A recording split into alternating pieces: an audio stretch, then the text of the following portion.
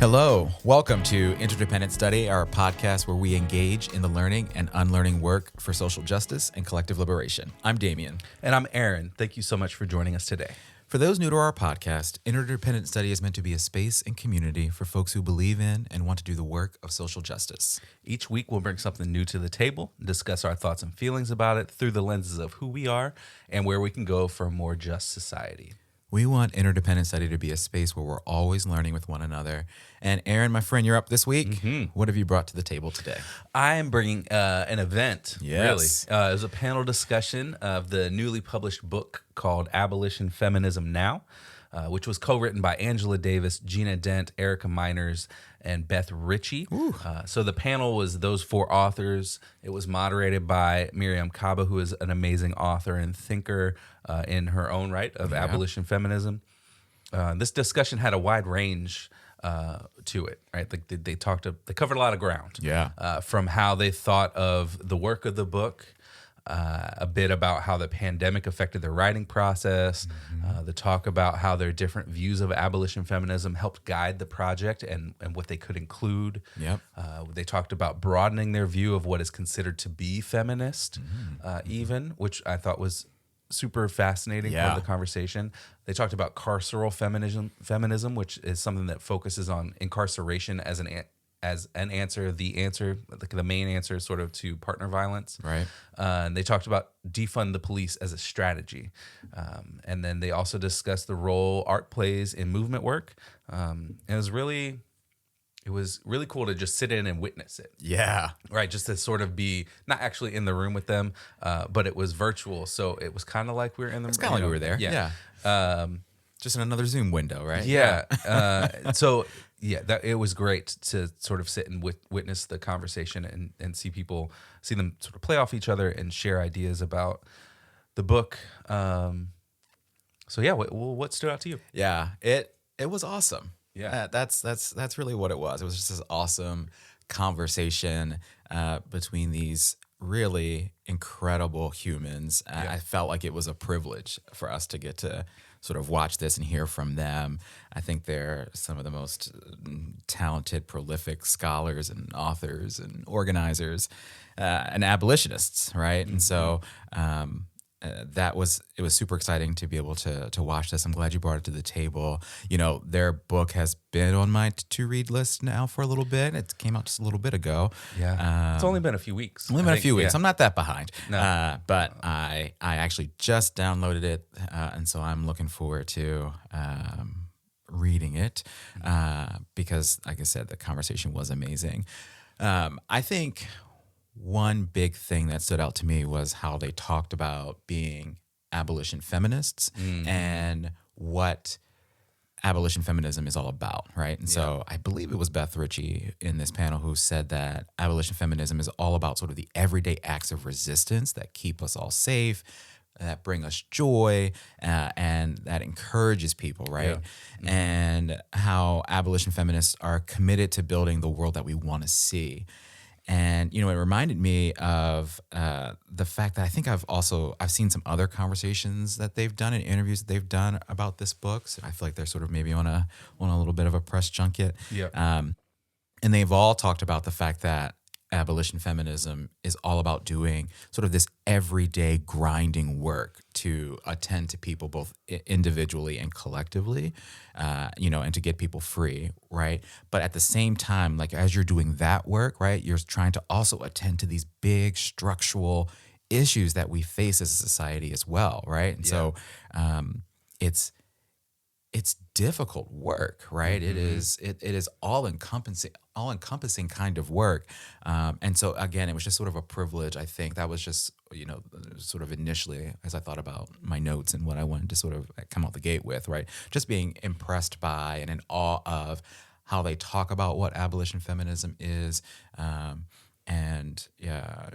Just sort of hear from them what it means to them and what they've been able to do. So I just, again, feel honored to have been able to get the chance to listen to them talk about it. Yeah, that's a great way to put it, is like all the stuff that they shared and that piece that Beth Richie shared about it being this everyday work too.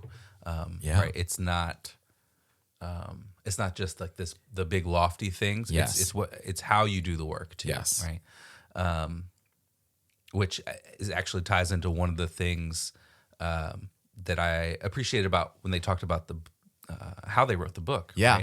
Right? Is at the beginning of the conversation. I think it was the first question that Mariame Kaba asked. actually asked. Yeah, was the way they wrote the book mirrored the values of abolition feminism and that kind of work, which is inherently collaborative and driven by relationships. So they felt like they couldn't write it any other way. Right. There wasn't a way that one of them could have written the book alone and it be as good or powerful as it is.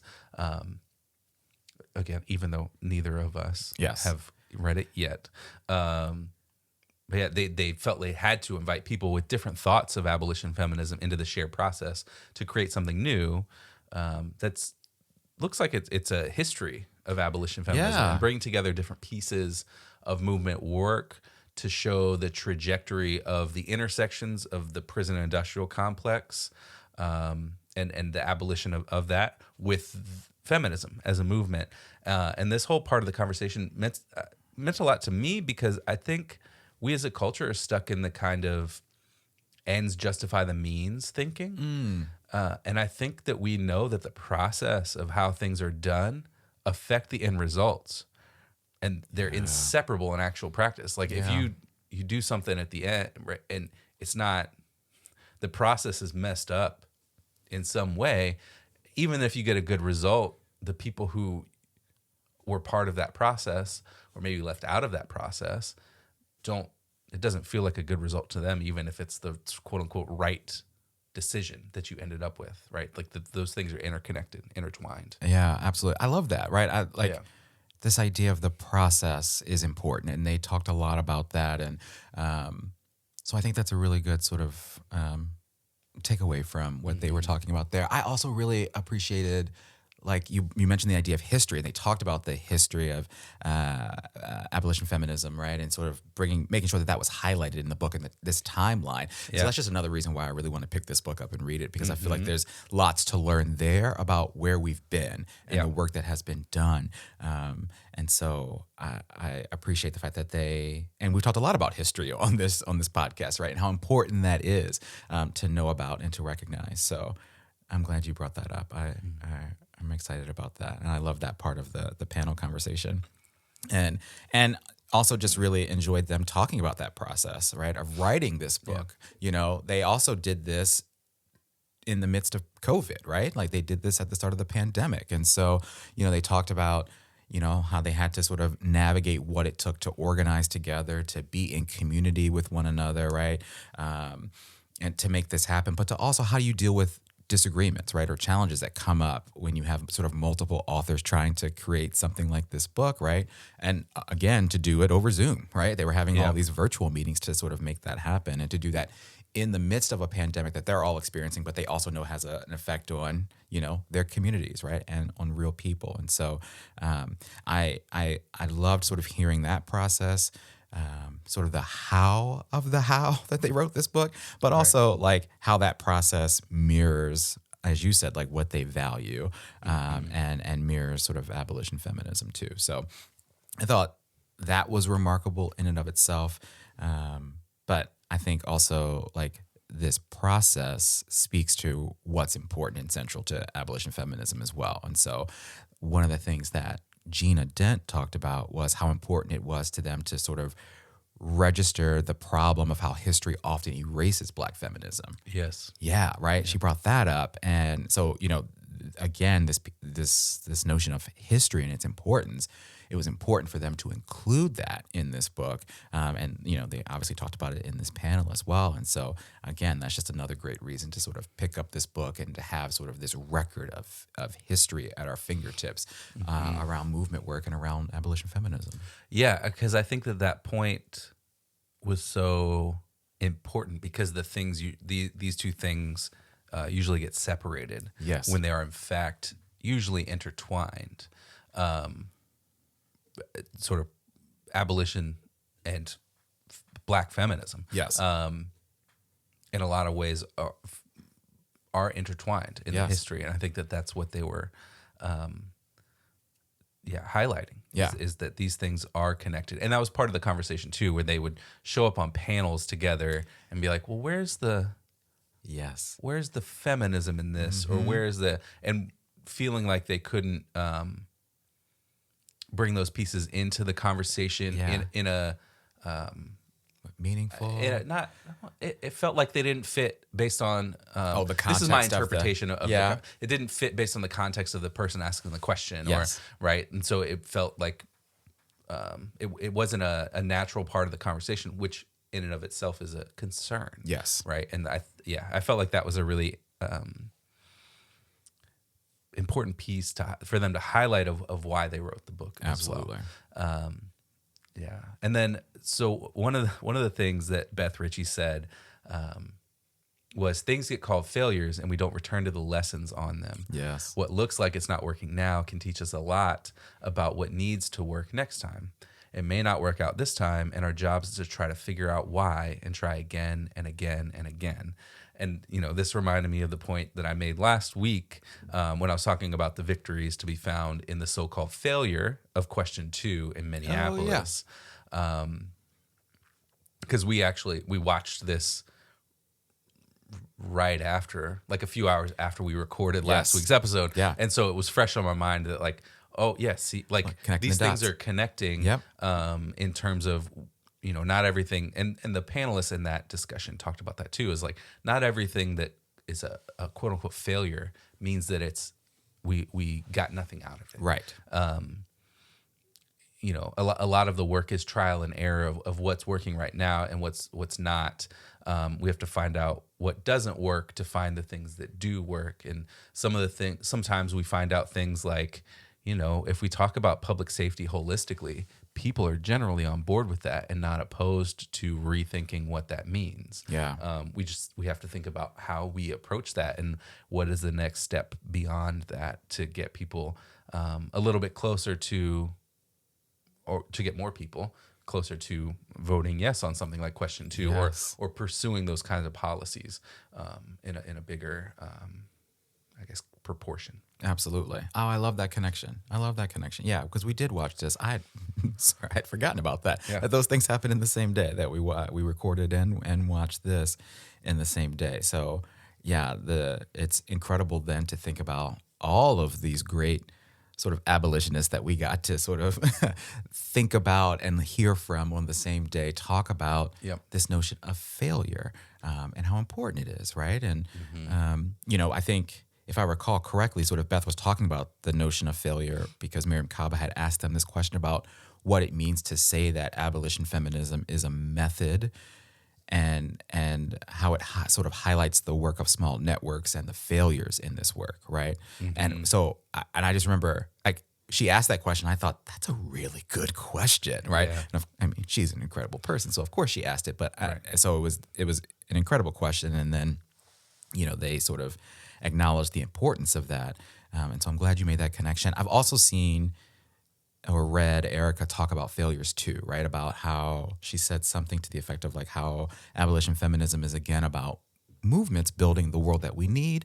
And sometimes that work is slow, right? And sometimes there are failures, right? And so like you said, what abolition feminists are committed to and what the authors remind us of in this book is the importance of learning from those lessons and learning from the lessons of our failures in this work, right? But while still staying in the work, right? Still staying committed to the work.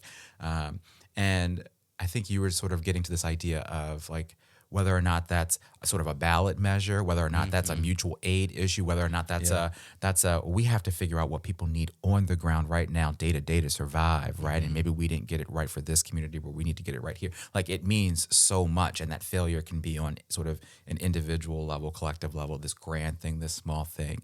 There are going to be failures, but what do we learn from them? How do we recalibrate what we're doing to get there? So, yeah. It could be from large and public things to very small scale, like, interpersonal things amongst organizers where there's some kind of conflict or maybe even harm caused, and figuring out how we address those things as we go, right, later on. Absolutely. So speaking of Mariame Kaba a little bit, in the discussion, she brought up this idea of timelines Yes. as a way to track the history of movement work. So she asked each panelist to share what are some things that they would put on the timeline for abolition feminism. And there was just so much that they brought. So much. So, she asked them to share one thing each. And I don't think anybody shared one thing. No. They all share multiple. But they mentioned Critical Resistance, which is an organization we have talked about a few times on the podcast. Yeah. And their statement on gender violence in the prison industrial complex. They talked about the No Cop Academy campaign, which I believe we first heard about in Mariame Kaba's book, We Do This Till We Free Us. Yes. Right. Talked about Sisters Inside in Brisbane, Australia, and a bunch of other great work. And I feel like there is this notion from a lot of folks who are just hearing about prison abolition as a concept or movement that this is something new. Yeah. When in fact it's decades old and there's work to prove that. And that means that these are not naive ideas that people are just making up on the spot, right? They're based in the reality of people's experiences over the course of decades and decades of work and organizing. And so I felt really grounded in that moment when they started talking about those things, because I was like, yeah, look at the rich history that they're drawing upon to, in some ways, make connection to the work that's happening now. Yes. And the work that people are doing now, and the demands that people are making now. It's not from nothing. It's from a lot. It's from a lot of history. Absolutely. Right. And again, connecting to your last point about failures, what we just talked about with failures, right? Yeah. Like they didn't shy away from sharing all of that in this book, right? And so it is talking about this history and what has occurred, and what has been successful, but also what has not been successful, right? And what organizations are doing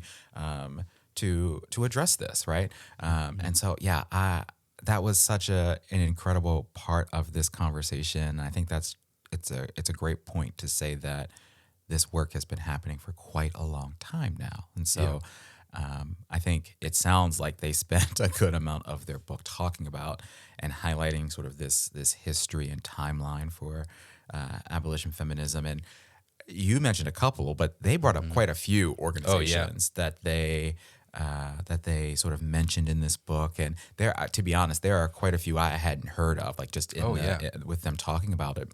And the panel itself was also really beautiful. Haymarket Books did a shout out to them, right? We should have said that they're the ones that sort of hosted this. Yeah. And they had up, visuals, right? Like artwork and help me out here, like posters. yeah, there's some zines they showed, and a lot of really great visuals as they were talking about this, right? And it was from these, a lot of those sort of, a lot of the imagery was from these organizations, right? Yeah. And some of the work that they've done. And so, again, there are so many organizations that I hadn't heard of, and I'm sure when I read this book, and I'm looking forward to it, that I'm really excited just to learn more about the work that's been done by these organizations, right?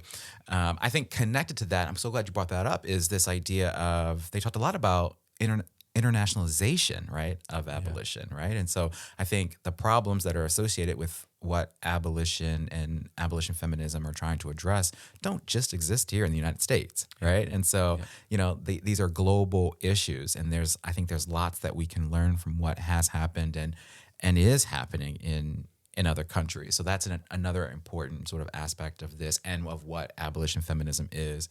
And again, I think there's lots that, again, speaking honestly, like there's a lot that's happening in these other countries that I don't know about to the full degree. And, I think these incredible scholars brought all of that to this book. So I can't wait. Mm-hmm. Yeah. There's always things that I think people are learning in terms of, these prisons, right? And the prison systems, they're learning from each other. Yes. And I think in a lot of ways, the United States is leading the way. And so there's a lot of, I think, sharing of how these things work. And so understanding how things are working in other countries helps people see and notice patterns of when things start to get adopted. Yes. Across different countries. Yeah. So yeah. One of the other things I wanted to talk about was the way that the group they brought up toward the end of the discussion.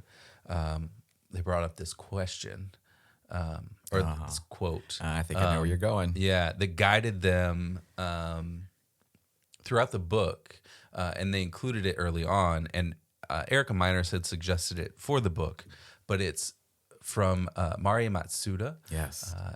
As a critical race theorist, and it's really about always asking the other question. Yes. And so Angela Davis described it in this way. If something is racist, where is the heteropatriarchy in this? If something is homophobic, where are the class interests in this?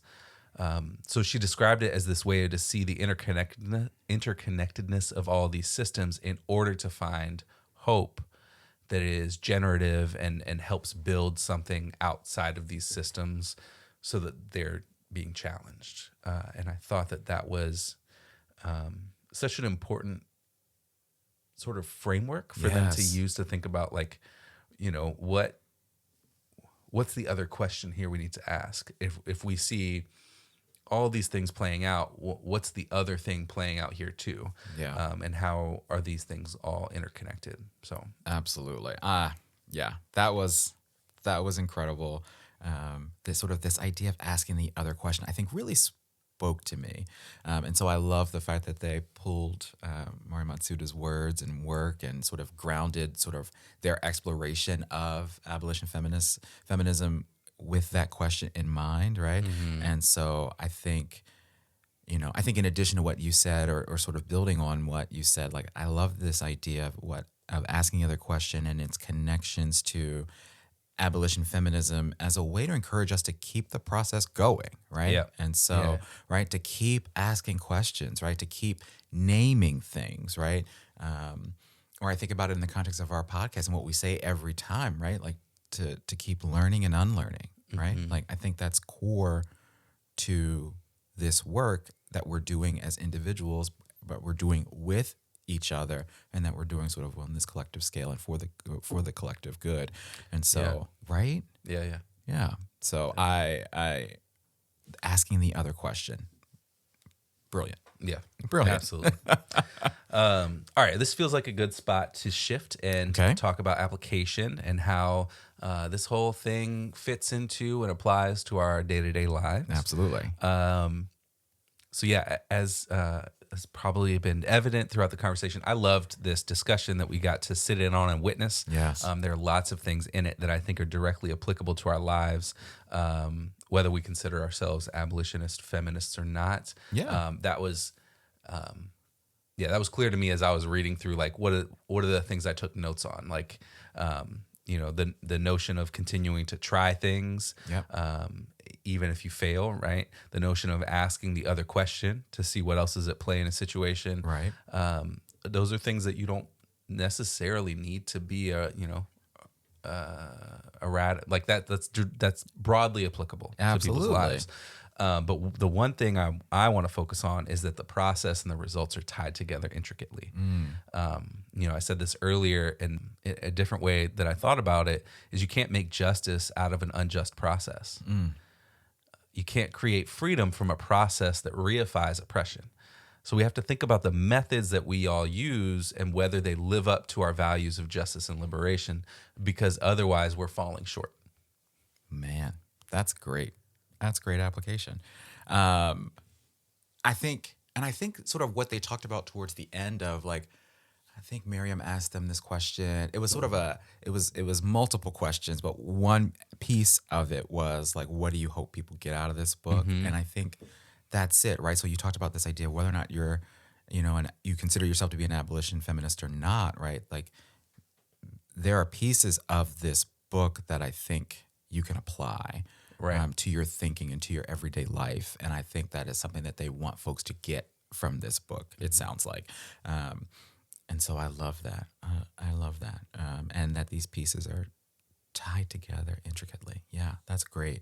I think I love that because I think it's why I resonate with what we've done here to adopt when I think we've done this a number of times, right? Like when we talk about the criminal justice system, we've sort of intentionally changed our language and started to refer to it as the criminal punishment system. Yeah. Right? Because I think that's a more accurate description of what it is. Yeah, it's driven by punishment. Right. It's driven by punishment, right? It's this harmful machine that centers punishment, that centers harm. And so let me co-sign your application there. I think to take it maybe a step further, they talked about, I think towards the end of their conversation, again, what they hoped for folks to get out of this book.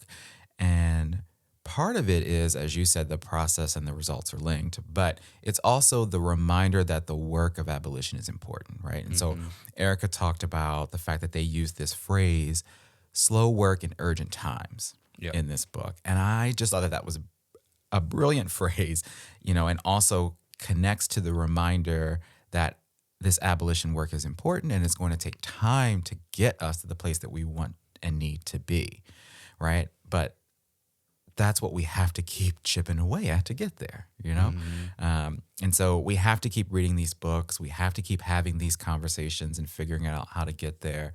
You and I, we watched this together, right? And afterwards we just had this it was 30-minute conversation about sort of, well, what are we thinking now? Like, where should we go? What should we do as a society? How do we take what we just witnessed and how can we apply it? And I just sort of, I loved that conversation that you and I got to have. And so I want to keep doing that. I want to keep reading books like this. I want to keep having these conversations and doing this work because it's so important. And slow work, urgent times. That's where we're at. Yeah, and I think that was something that I remember writing down in my notes too. We don't usually watch or read stuff together for the podcast. Yep. So this was an unusual circumstance, but we were both clickety clacking taking notes when she said that. So yeah, absolutely. I think that it's slow work. I think it's deliberate work too, right? Like it's also thoughtful, right? Like what thoughtful and heartful. Oh, I like that. Yeah. Right. Like, because I think that's part of changing the processes is that things have to also center sort of our emotional selves as well. Yes. And how we're feeling in things and honoring that piece of our humanity as well. Yes. So I think that it's deliberate, right? It's not just slow. It's slow because it's deliberate. Absolutely. Probably. That's it. And so, I loved that phrase too. All right, let's talk about homework. All right. So what is it that we feel like we need to do to keep learning from this discussion? Well, I'm just going to take the obvious one and say we got to read the book. Of course. Yes. I don't. This was. There's lots of other homework that I think is clear as part of this conversation. But the obvious one is read a book. Yeah. So here's a part from the description on the back cover of the book, actually, is it says, amplifying the analysis and the theories of change generated from vibrant community-based organizing, Abolition Feminism Now traces necessary historical genealogies, key internationalist learnings, and everyday practices to grow our collective and flourishing present and futures. That's great. Yes, I agree. We've got to read this book. I just got it on my Kindle, so I'm super excited to start reading it next week. And maybe we should bring it to the table in a future episode. What do you think? Yeah, absolutely. Okay, great. I didn't think I'd have much resistance there at all. I also want to read some other work by Gina Dent, Erica Miners, and Beth Richie because I'm not as familiar with some of their other work as I am with the one and only Angela Davis. Right. And so, but listening to them talk. And again, as you said, sort of being in this space with them, it felt like an honor to be in community with them, and to hear their sort of reflections on all of this and more, in this process of writing this book, and what abolition feminism means to them and the work that they do, and why this is important. And so I want to check out some of what they've produced as well, because I think they're brilliant. Yeah, absolutely. I was that was one of the things I was really appreciative of too, is that it introduced me to some other folks that I had not heard, hadn't heard as much about their work. Yes. And so that was really a highlight for me too, in terms of this event, panel? this discussion, the panel. Event, yeah. Wow, just losing the words here at the end. I love it. All It's just right. that because we're so excited about it. It was incredible. Again, it's on Haymarket Books' website. It's on their YouTube page, so you can if you haven't checked it out yet, you can listen to this panel/event/conversation. Anytime. It's on the Haymarket Books YouTube page. Again, shout out to Haymarket Books for hosting it. If you want to buy the book, you get it directly from Haymarket Books. Yep. That's what I did. Yeah. And they'll give you an ebook. If you're into ebooks, you can also buy a physical copy, which I believe, when's this coming out? It's coming out February. Yes. So it's still Black History Month, Hey. and there's a lot of deals on Yes. Black history related things, which I believe this book is connected to. So Yes. on their site. So just a shameless plug for Haymarket Books and buying directly from independent publishers. Yes. All right, that's enough that. So, Damien, you're up next time. What do you bring to the table in our next episode? I am up. All right. So next week, I'm going to bring an article to the table, and it's called "After Amir Locke Killing, Is Police Reform Even the Solution?" It was written by someone named Ernest Owens for Rolling Stone. So it's on their website if you want to check that out.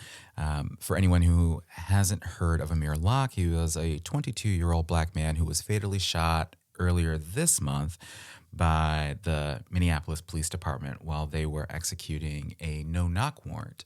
And it was the Minneapolis police and their sort of SWAT division that bursted into his home in violation of state law and murdered him while he was asleep. As they were trying to execute this warrant, but he actually was not the suspect in question that they were looking for. And so Amir Locke is just yet another black man who has been murdered by police violence in this country. Mm-hmm. And so I want to talk about that partially because Amir Locke's murder has, and there are lots of reasons why, and I'll save this for next time. His murder has been particularly upsetting to me, and I don't think that enough people are talking about him and about his life, but also about what's happening. I think there's some uprising yet again happening in Minneapolis, but I don't feel like enough people are talking about it, and so I want to bring attention to this situation in this case. I will say that I haven't read the article yet, but Ernest Owens, I think, in this piece is examining the Amir Locke case and other sort of instances of police violence to make the argument that police reform isn't working, right? Yeah. And you said something earlier. You said you can't make justice out of an unjust process when we were talking about application. Yep. And so I literally was like, remember that. And he said that, remember it. And I think that is exactly what Ernest Owens is getting to in this piece. So again, it's called "After Amir Locke Killing, Is Police Reform Even the Solution?" On Rolling Stone. So I'm looking forward to reading the article and talking about it and talking about this whole situation with you next week. Definitely. It's another example of how outrageous the system is. Absolutely. All right. Well, we want to thank you for joining us today, for listening to Interdependent Study. You know what we're going to ask you to do here, but you might have forgotten. Follow, leave us a rating, review, share our podcast with the people in your life. Follow us on social media. Sign up for our email list to get notified about any new things we got going on behind the scenes. Absolutely. Hey, folks, thanks so much for listening. And remember, it's not about us, but it is about us. We'll talk to you next week.